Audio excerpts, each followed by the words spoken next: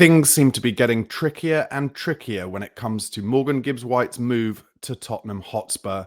Forest flew off on their pre-season tour yesterday without the England playmaker, but not because he's in London signing for Spurs, due to his partner being in hospital for the latter stages of a difficult pregnancy. We wish you both well. Meanwhile, reports that Forest are trying hard to sell Gibbs-White to Manchester City to spite Tottenham Hotspur continue to leak. I'll be discussing the latest of what is now a 10-day soap opera, as well as all the other Spurs transfer links on today's episode of Daily Tottenham Transfer News. Guys, thank you so much for watching. Please do give this video a like if you're on YouTube and subscribe to the channel. Press that bell button for notifications for whenever I release my content. And if you like my stuff, guys, and thank you for all of you new subscribers, please do think about giving me a nomination for a Football Content Award.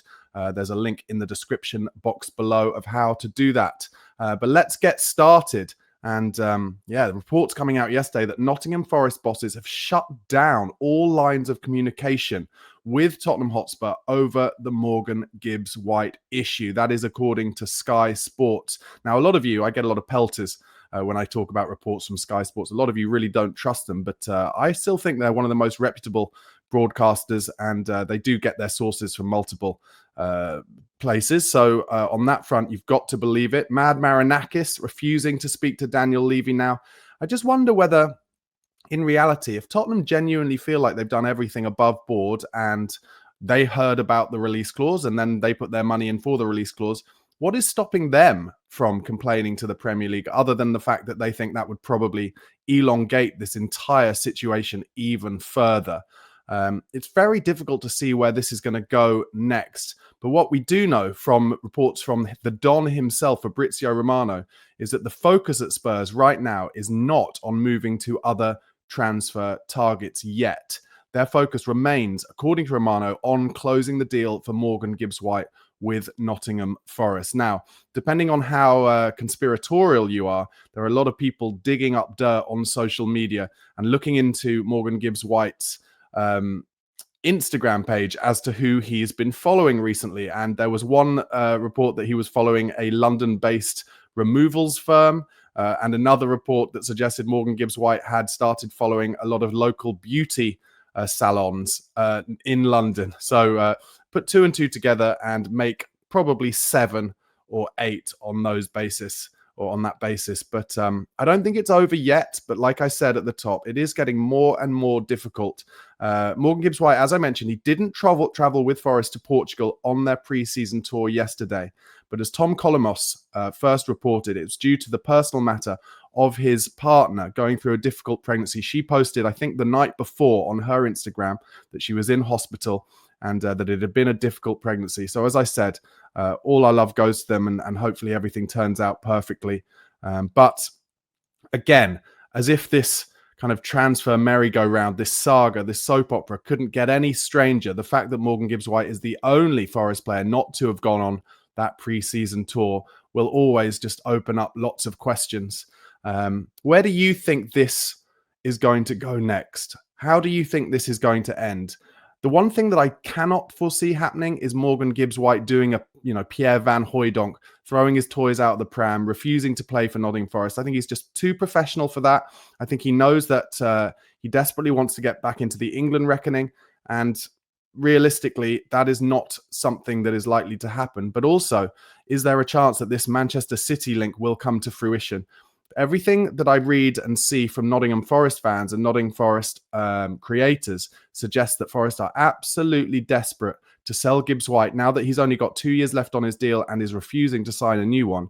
That he is absolutely desperate. They are absolutely desperate to move him to Manchester City rather than Tottenham. They would delight in that.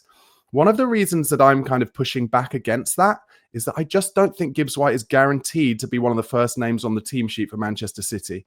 They've just bought in the last, since January, they bought about 8-9 new players, a lot of forwards, a lot of attacking midfielders, a lot of creativity, and a good deal of talent.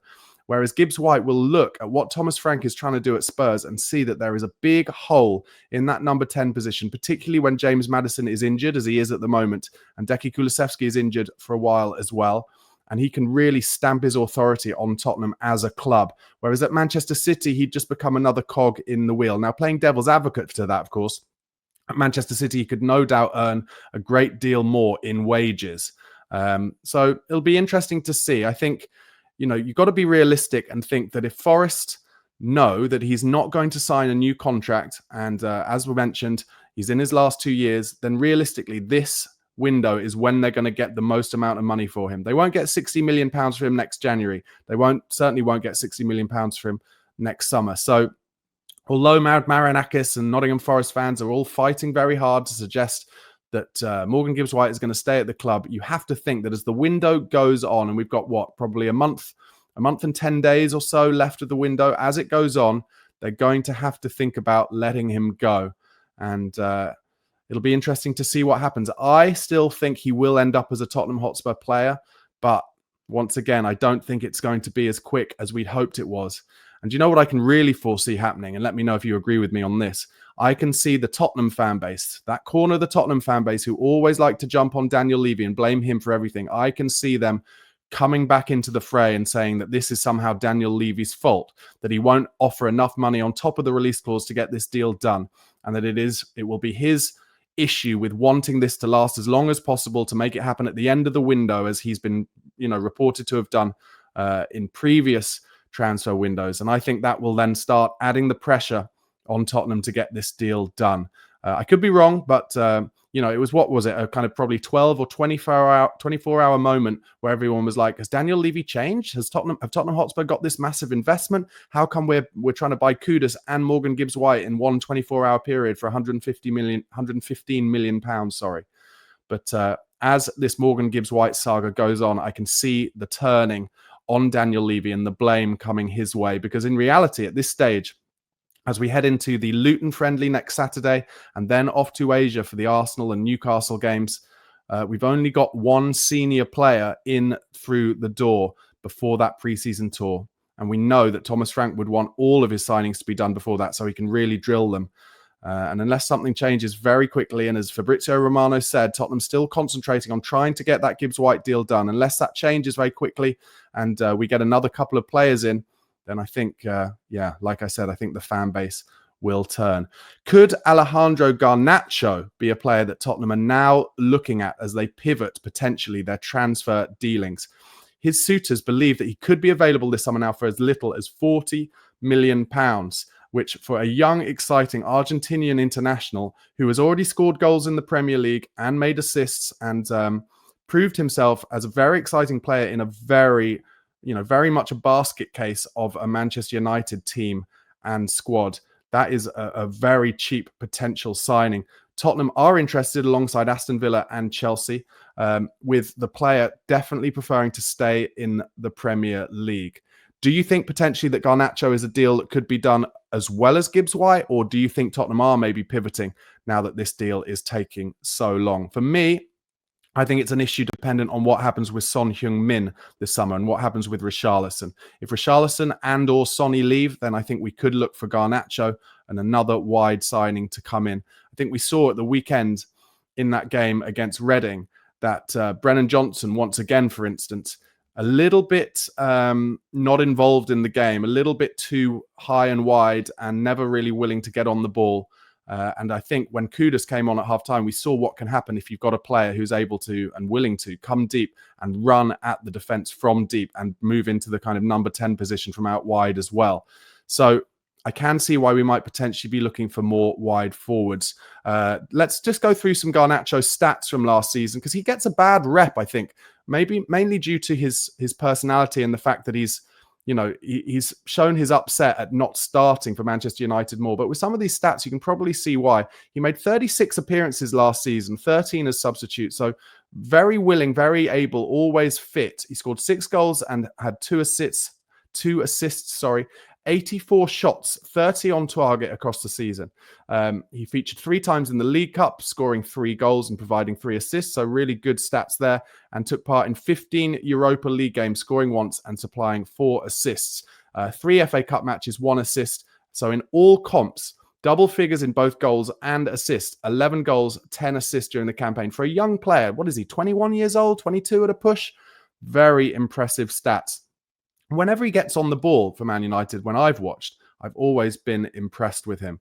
But, he really rates himself, and maybe rightly so. Argentinian international at a young age. And when he wasn't picked in the Europa League final, very, very disappointed, and very disappointed when he hasn't been picked for other big games as well. Realistically, do you see Garnacho as a player who would come straight into the Spurs first team? Because if you're going to buy him, and we've seen how he's reacted to not starting games before, I think realistically he would expect to be starting if he moved from Manchester United to Spurs. So that could be a problem.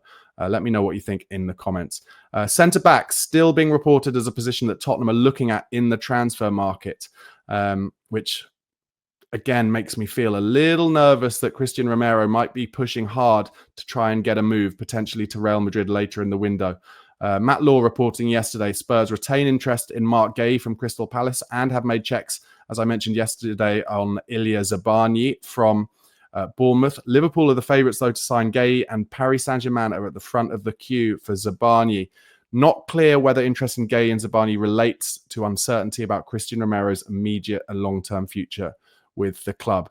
Listen, as far as I'm concerned, it would be a mistake for us not to be looking at succession planning for Christian Romero, because even if he does agree to stay this summer, or neither Atletico Madrid or Real Madrid come in with the money that Daniel Levy would need this summer, then he does only have 2 years left on his deal. So next summer, realistically, we would be having to sell him. So this could be these kind of links to Gay and Zabani could be looking for the centre-back to replace him in a year's time.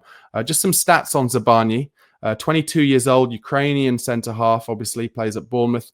36 matches played, 33 starts, one substitute appearance last season. Featured in all 3 of their cup games. He didn't score any goals for them, but he led in aerial duels won with 77. Over the last 2 seasons combined, he had 78 league appearances, so very, very available. Hardly gets injured. With 16 clean sheets over those 2 seasons, 331 clearances and 155 aerial battles. Last season, 115 tackles with a 61% success rate, 77 interceptions and 331 clearances. So Zabani, very much a good, exciting young player. But as I said, PSG interested, and the same again with Gahey. Liverpool favourites to get Gahey. Reports yesterday that Adam Wharton does have interest this summer from Tottenham as well as other clubs, but that he will reject all offers to remain with Crystal Palace for 1 more year. To be honest, if I was in his shoes, I think that's the right move. He hasn't played a great deal at Palace since moving from Blackburn, but what he has done when he's been fit has been incredibly impressive. And I think 1 more season under Oliver Glasner there will get his valuation up even higher. Reports yesterday that Spurs, alongside Marseille and Villarreal, have inquired about the terms of signing Sevilla's centre-back Loic Bardet. No huge progress in the negotiations. We're just checking on him at the moment. Actually, Bardet was once on loan at Nottingham Forest. He's a 6'3" centre-back at Sevilla since 2023, which was made permanent after a loan deal. And he was a regular starter last season. 32 matches with 31 starts, 1 substitute appearances, 1 goal, 1 assist. 8 clean sheets, 36 goals conceded, 44 tackles, 1.47 tackle per 90, 28 interceptions, 161 clearances with 64 aerial duels won and 134 ground duels won. Dribbled past only 8 times all season, 8 yellow cards and 1 red card across the league games. Known for his aerial strength and positional discipline, his tackling and interception numbers were solid, and his passing accuracy of between 82 and 84% underlines his ability on the ball in build-up phases. He also earned his first senior cap for France this summer, featuring in the Nations League third-place playoff win over Germany. So once again, Tottenham succession planning potentially for Christian Romero. I'm actually really happy with where Spurs are with their centre-back options now. Luka Vuskovic obviously coming in, showing that he is class. Kevin Danso looked very comfortable at the weekend against Reading in what Thomas Frank is asking him to do. Romero looked a cut above. Ben Davies came in at left back, but was able to kind of stay narrow and play almost as a third centre-back at times. And of course, Mickey van der Ven is an absolute Rolls Royce. And what I love that Mickey van der Ven brings when he plays on the left of 2 centre-halves in Thomas Frank's 4 is that he plays that ball out to the wide fullback who's staying high and wide really beautifully with his left foot, gives us natural balance.